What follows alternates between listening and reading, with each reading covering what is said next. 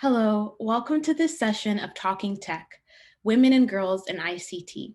My name is KaYesu Machayo, and today I am delighted to be representing Girl Up, and I am excited to be having a discussion about tech and tech careers with Miss Hermina Johnny. She is the founder of the Aspire Artemis Foundation and a humanitarian specialized in gender, human rights, sustainable development, interagency coordination, and internal communications. Talking Tech is a series celebrating girls and women in tech being recorded around the world between Girls in ICT Day 2020 and Girls in ICT Day 2021. Girls in ICT Day is an international day marked on the fourth Thursday of each April. In 2021, Girls in ICT Day is April 22nd. The objectives of Girls in ICT Day are to help to create a global environment that empowers and encourages girls and young women to consider studies and careers in the growing field of information and communication technologies. The Talking Tech series is brought to you by the ITU, UNICC, and the Office of the UN Secretary General's Envoy on Youth, and is in support of Equals, the global partnership for gender equality in the digital age. Girl Up is pleased to be a partner on this session today. The goal of the series include to interest and inspire girls and younger women with information about a range of ICT careers that can be had, bring before a broader audience some of the role model women in tech, and share information about their career journeys and work, offer diverse examples of how ICT is being used to support achievement of the Sustainable Development Goals and other UN goals, to showcase initiatives that are working with girls to support them in ICT studies or future ICT careers, and to provide girls and young women in tech with a leadership opportunity to represent and promote a Girls in Tech organization with which they are involved and promote it to a broader international audience. To kick this session off, I'm going to introduce you to Miss Hermina Johnny, a humanitarian and the founder of the Aspire Artemis Foundation. I'm delighted to now shift to conversation with Miss Hermina Johnny. When and how did you get into technology? Coincidentally, my career in tech was prompted in 2005 when I hired someone to build an innovative and Flash-based website for a property chain in Rome, Italy. With the many changes needed on the build out and the preparation of the site, I learned to code and update utilizing Flash and Dreamweaver. This turned out to be cost cutting and reduced some of the back and forth with the consultant.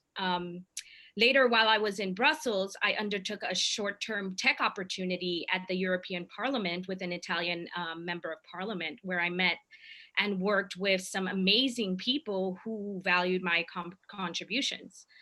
I guess I was an accidental gender selection, since when I arrived, the first thing I was told was, "We thought you were male because of your name." So I was surprised in that respect. I was fortunate to later join the team at UNDP Brussels as the communications officer that they had there had taken a leave of absence. So there I was tasked with revamping, coding, and designing their entire website. I also had to communicate UNDP's work and their partnership with the European Parliament and Commission in a more interactive and digestible manner on all digital platforms. And then I was later, after some time, asked to undertake a consultancy, but had already made a commitment to go to a high-level coordination-based UN office in New York. And after some time, I went on back to UNDP's corporate communications office at headquarters in New York, initially as a consultant, where I engaged on launching their new corporate communications platform and building off of the work I did in Brussels. I also worked there on designing, coding, and liaising with their communications officers, with their resident representatives, and with the UN and UNDP office in South Sudan, as it was was to become a new republic. So with my gender, law, and international relations background, I found myself in technology implementation. After the UNDP, I joined the UN Secretariat, working in coordination and international political affairs. So my passion for technology, creativity, and innovation later led me to create the Aspire Artemis Foundation, which combines innovative storytelling with digital literacy and ICT.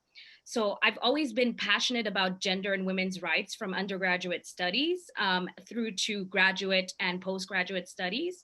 And being the only girl in a traditional family and household, combined with having three brothers, prompted my constant desire to fight for my place and for my voice to be heard. So as an adult, I continuously had to struggle with traditional mindsets about notions of a woman's voice and a woman's needs being placed secondary to that of her male counterparts, despite having, a professional mother. I think that my upbringing, my unique and varied experience, and my mixed background, it shaped me into someone who has had a varied experience and experience in a world in which I easily seek to find compromise, cooperation, and understanding. So that has given me extensive experience in developing collaborative global partnerships and providing executive level leadership to innovative projects as I now do. So that's a bit long-winded journey in tech. It's been non-traditional, but truly, I would say, fulfilling. Yes, thank you so much for sharing about that. I love how your journey is so global and how it's informed by how you grew up. So I really appreciate you sharing your story. May you please talk a little bit more about your journey and how it's led you to your current job today? So, what is your job like now, and how is it informed by what you've done in the past? Sure.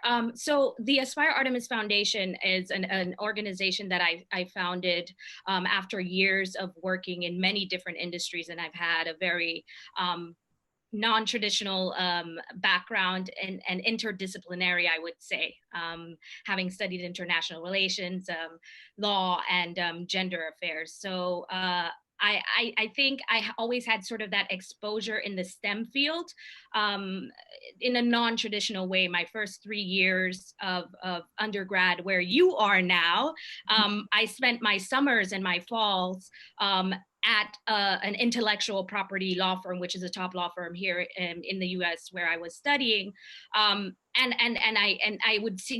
I would work with biochemists, people who worked in the lab before, going into law.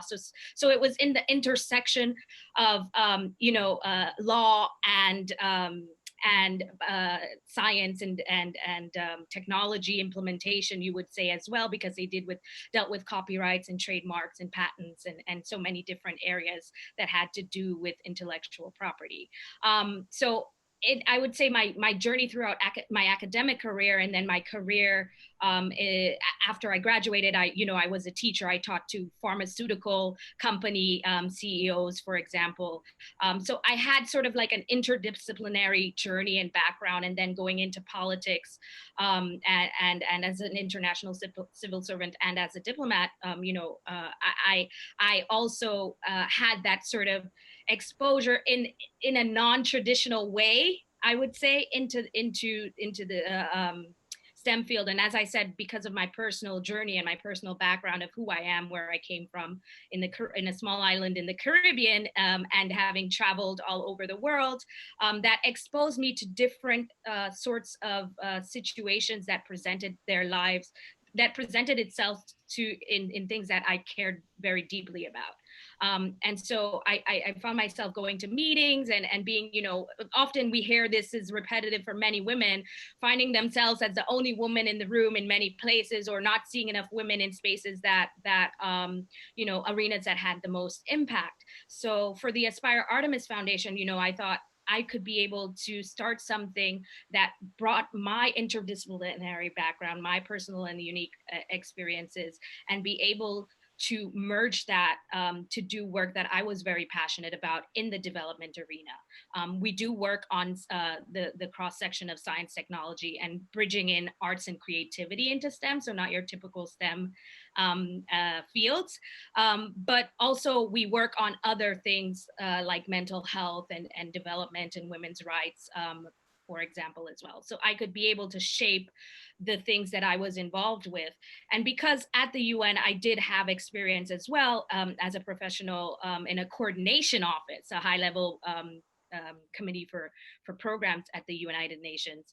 I saw, what it was like for organizations that work together and how much more they achieved in working as a through collaboration and collective action. So that just naturally for me sparked my interest in working together through comparative advantages and bringing more to the table when we have partners working together. So at the Aspire Artemis Foundation, what we do is we highlight the achievements of female change makers, and then we utilize that as a catalyst towards inspiring future leaders. So it's not only about bridging the gap, but also focusing on the next step. And we do so through a very structured approach that we call Emmy, which focuses on education, mentorship, and internship apprenticeship opportunities as well. So we bridge the whole gap between theory, policy, and practice. So we, prepare people, we give them a support mechanism so that they can continue to thrive in whatever field that they choose to be able to go into. And as you have done yourself as a trailblazer in your own right by starting a Girl Up Club, Girl Up, the United Nations Girl Up Club in your university at Georgetown, like encouraging people to be proactive and be change agents and to pursue the passions that they have. Thank you. Thank you so much. The work you're doing at the Aspire Artemis Foundation is so key and so necessary. And I'm sure that you're touching so many girls and people around the world. And I just would love to hear about what activities beyond your daily job are some of your favorite things to do, and how are they not a part of your specific job description, but how do they really inform the work that you're doing at the Aspire Artemis Foundation? Sure. I would say I love yoga. So, so I love to travel. I love yoga. And I like to think about the foods that I eat, so my nutrition. So that is all things that interest me in my personal life, but I also take into the work that I do at the foundation, because you see that I talked a bit about cross-cutting areas and many things relating to each other, and you find that in with your Girl Up Club, you probably see that cross-sectoral things like they join together, and with the Aspire Artemis Foundation, for us merging the arts and culture in STEM, it's always about merging the part of who you are as a human being, how you show up in the world, how you are represented, and taking that into the work that you do. So I volunteer in my free time for food charities. I like to go to galas and give back to the communities. I like to mentor people. I like to go to schools, and I just like to do things where I'm very involved in the world, because when I got into this career of international development, my focus was always on the people, and I love people, connecting with people, and however I can do that. In my yoga sessions, I connect with the people in my class. When I travel, I meet new people, in their countries, and learn about their cultures through them. I talked about when I just graduated, when I was your age, I traveled, my school actually had this program where you had to do a program in another country, and I traveled to Spain. I remember directly after I graduated, I went to Prague, a country I didn't know anything about the language or the culture. I just wanted to learn about the people from a country, that has gone through a huge transition coming out of communism, and, just learning about the people outside of what I read in the books. So for me, my passion for travel, my passion for people and connecting with people translates into my professional life, because it basically is who I am. my culture and how I show up in the world. That's incredible. And I can really relate to that as a first generation American, just really valuing a global perspective and using it to inform, everything that we do because it's so embedded within us. And Yeah. yes, I would really love to hear more about what do you like about your job in technology, and what are some of your favorite projects that you were able to do in your job? Sure. Like I said, my job in technology, it's non-traditional. We focus on bringing arts and culture into the technology field, and we work with industry leaders to do so. I think something that I really am passionate and proud about is this journey that we undertook in the last, I'd say, 3 years, working on the International Decade for People of African Descent, and as well as pushing the need for equalizing technology. Last year, actually before the pandemic, we had gone and launched a digital transformation symposia through a collective action approach where we included, the UN participated as well, and we had many industry leaders and Microsoft. Actually, we went to St. Lucia, where I'm originally from, and we had a huge conference over a couple of days where Microsoft premiered, their new HoloLens and technology, and they gave sessions on how to prepare for an interview and different coding workshops. And also what we did there, students were able to do projects beforehand where they were able to display their projects that they had worked on in front of all of these people from different parts of the world, from the US, from Europe, from all over the world, that were represented in the room. And they were able to connect with each other, share lessons learned. I think that was, I'm very passionate about that, and we're continuing to do that through storytelling and making sure that people tell their own stories, and are able to do so utilizing technology and making that easy and accessible as well. And so we're continuing to do that this year through, we had for High Level Week, we had a storytelling event for the decade, but also continuing on this year for International Women's Day with an Australian company based in Canada that is giving free technology to people from underrepresented regions to be able to learn how to tell their story. So it's not only focused on the policy side, but it's also action oriented and teaching workshops on how you can tell your own stories and how you can utilize technology and equalizing technologies to do so. And I think that's I'm very passionate about that because it gives the people more power to tell their own stories and gives them training in order to be able to do so as well through giving them access to equalizing technology. So I'm very, very passionate and proud about that project. Yes, the projects and the work that you're doing is so impactful and is clearly making such a difference in so many lives. And I would love to hear what lessons you've learned along the way. I think what I've learned is that, that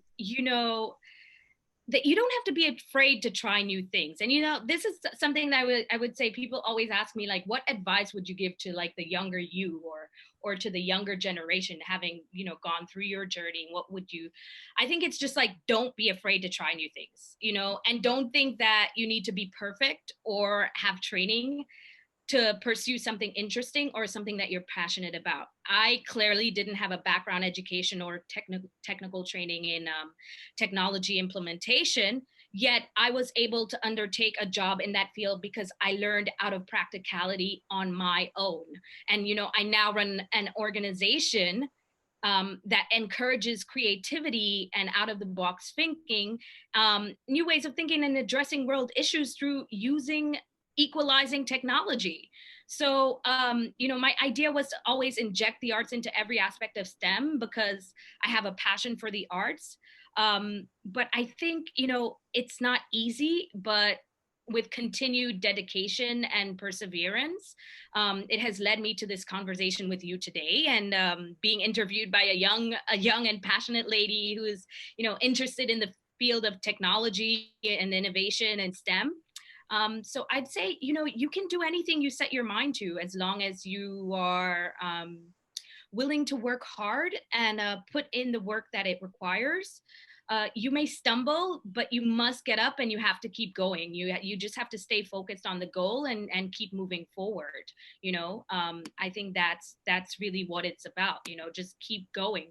Everyone talks about failure. Like I always say to people, fail forward, because failure is inevitably going to happen. Is how you come up after that failure. Be prepared to fail, and lots of things come out of failed experiments. I just came out of a Women in Davos conversation just a few minutes before this, and someone from Amazon was talking about how Alexa, we tell these stories about, about the founders, and we don't really tell the technical stories. And, Alexa was founded by a group of women, and that came out of, a failed, she said it came out of a failed experiment of their Fire phone, so that came out of failure.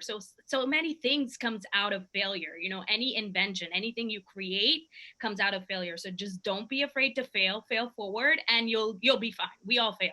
Some people are just better at pretending they know what they're doing than others. So just, don't be shy. Focus on empowering yourself, because everything that you can do is within you. No matter what anybody says, you have the power within you to do whatever you believe.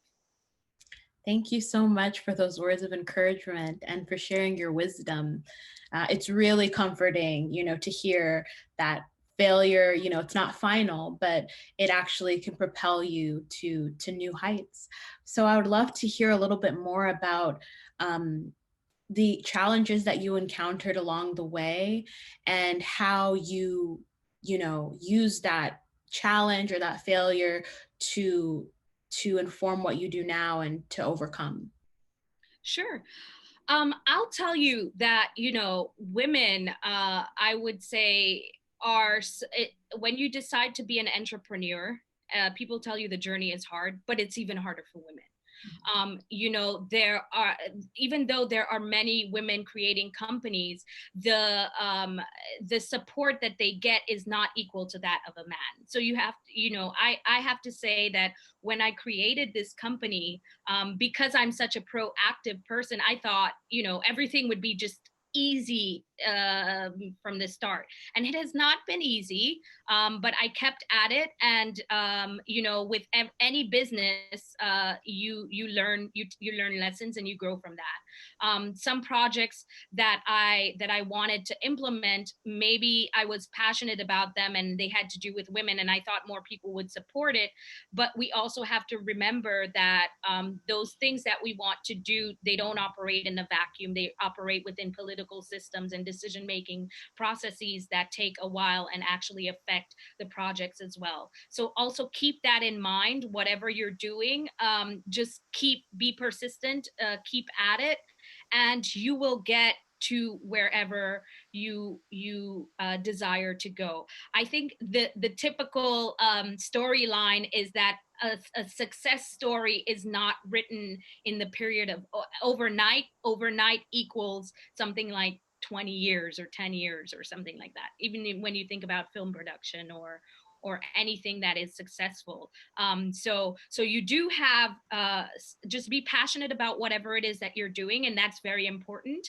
Be passionate about it, but also be humble enough to accept that maybe that path may not be the right path, and be open to pivoting and revisiting things at a later stage as well, when the policies align and when that is possible for you to do that. Yeah. Thank you so much for sharing that. That was really insightful. And I think especially as a young woman in my career, it's very difficult to find that perspective a lot of times about that the importance of pivoting. And so, since this series is about girls and women in technology, do you have any career or tech advice for girls who are younger women in tech? I would say learn as early as you can. At the Aspire Artemis Foundation, we started doing these training sessions for people started for as young as second grade, for example. Sometimes even as get yourself exposed as early as possible to whatever you are passionate about, and continue to ask questions and make your mind drive you in that direction. As young people, you are creative. Sometimes you will find whatever toys you introduce to a child, they may take to it because they see a connection of their parent to that object. But maybe introducing Lego and doctor toys and STEM toys and STEM kits to kids at a early stage for parents, but also kids. Be curious. That's what you're born to do. Just let your imagination run wild. And when people turn down something as non-creative, just don't take it personally. Try something different. If you're passionate about it and you think it is creative, keep doing it, because chances are someone might tell you that that's something is a bad idea, but later on you will see that someone else is doing it and you should have done it. So if you are confident in yourself and your ideas, just stay passionate about whatever it is that you want to explore. Start learning at the earliest you can. Whatever, be curious, be a child, and you will be fine. Thank you so much. I really appreciate it.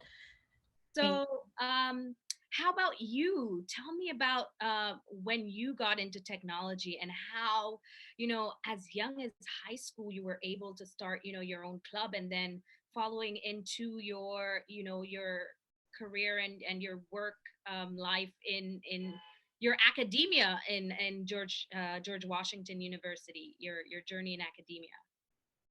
Thank you so much for asking. I was first introduced to technology and to STEM through an organization called Girls Who Code. So that was how I learned about computer science. I did their summer immersion program the summer before my senior year of high school.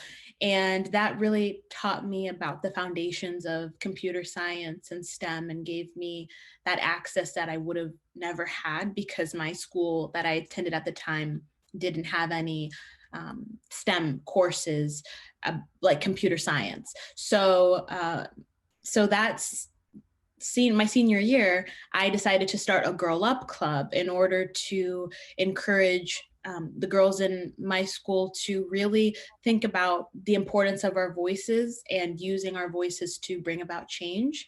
So I love Girl Up, and I continue to be a part of the Girl Up Club at my university through co-sponsorship events. But I think that encouraging girls to pursue technology is so important, because so often we're not necessarily what people may expect to see, and changing that narrative is so important. So I'm really grateful to the opportunities that I've had to be introduced in a way and in an environment that was supportive of people like myself who had no prior experience. Sure. And how did you learn about Girl Up? Was there a chapter at your high school, at GW? How did you learn and get exposed to Girl Up? Did you do your own research, or did Girls Who Code introduce you to that?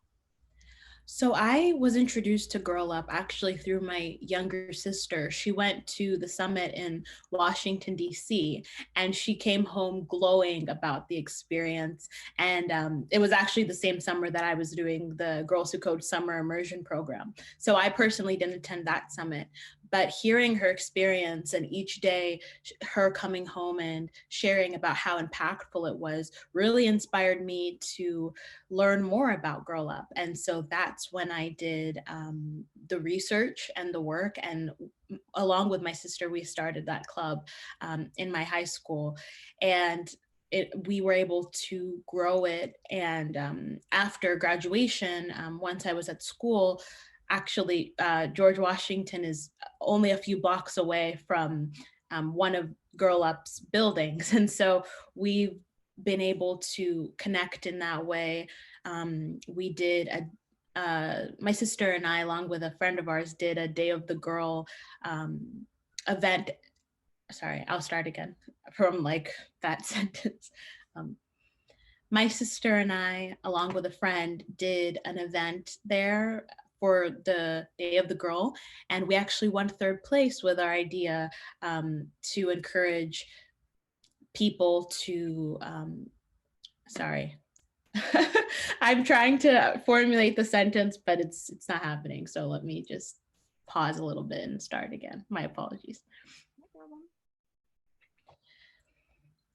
So my sister and I participated in an event at Girl Up for Day of the Girl, and we actually won third place with our group idea to encourage girls to pursue technology through a program that we were able to develop together along with a friend.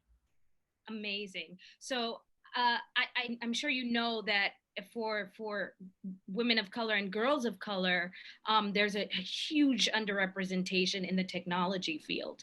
And seeing young people like you and your sister and your friends being active from a young age and being inspired by just a conference they attended highlights the importance of attending and having these sorts of immersion and exposure opportunities for people of color. So what do you think needs to be done to encourage, and not only encourage more young girls and women of color into the STEM field, but specifically for you as a young girl, to get more girls to not only get into technology, but consider remaining there once they do get into that field, because it is a very tough field to be in.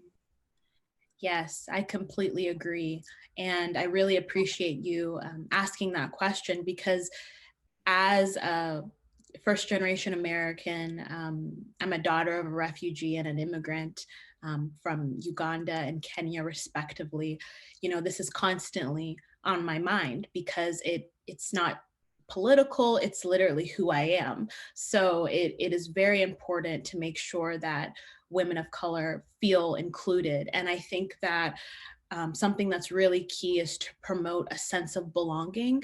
I think it's so easy for there to be outreach and kind of empty words toward how to get girls into these fields, but it's so important for those words actually to be backed up by, you know, sustainable actions that continue, that don't just end, you know, after high school or even after college, but that it's something that is actually a commitment of companies. And so that's why I really value organizations like Girl Up and Girls Who Code, who really encourage girls to know that they belong in these fields. And I would encourage, you know, my fellow women and girls who are looking to these fields and seeing the numbers, seeing the lack of representation, to really find solace in knowing that there were women before us who trailblazed these paths for us, who were able to bring us to where we are today. And now that it is our turn to continue to trailblaze and to continue to do this work.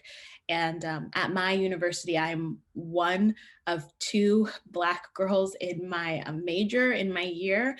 And so it is not lost on me that not only, this is not just something we talk about, it's something that's in the classroom, it's something that is a part of literally everything that we do.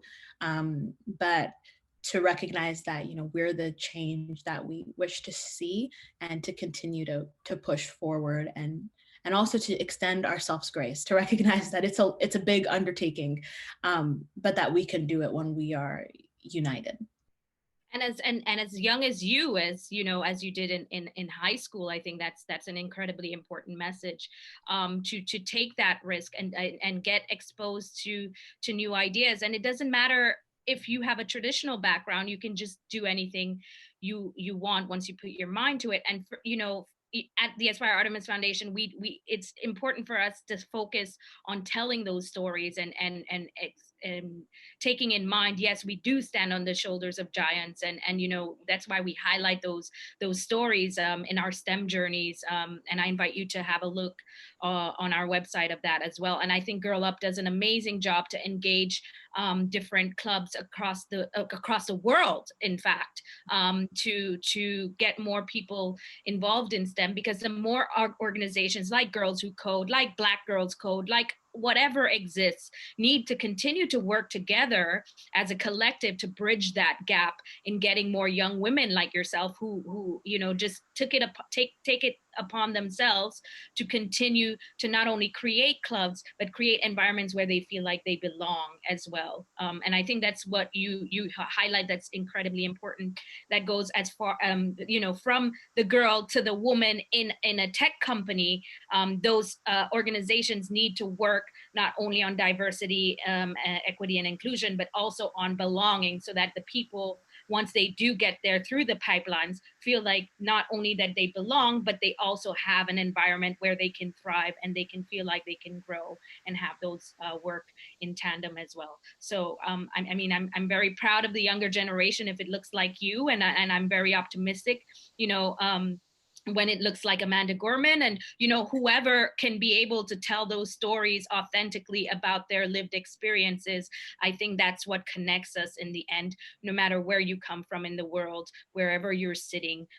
Our stories connect us on a very human level, and I congratulate you for all the work that you're doing and that you're passionate about. And I'm sure you're going to go on to do amazing things in the future as well with STEM, and hopefully STEAM, because as you said, you are that person who is representative of the culture of who, you know, who you are through your culture, and that is brought into, you know, your work as well. So take a deep dive into STEAM as well. Thank you so much. I really appreciate it. Thank you. Thank you so much for giving me the honor of interviewing such a brilliant young mind like yourself. Thank you so much. I really appreciate your kindness, and learning about your journey is so encouraging to myself, and I know to everyone watching this, because it's a journey of such strength and resilience, but also just full of so much joy and persistence. Yeah, So compassion. You know, I'm looking at you 20 years ago. I was your age, almost 20 years ago. You know, it just makes me very optimistic about what the future holds. And it's filled with possibility. So, yeah. Thank you so much.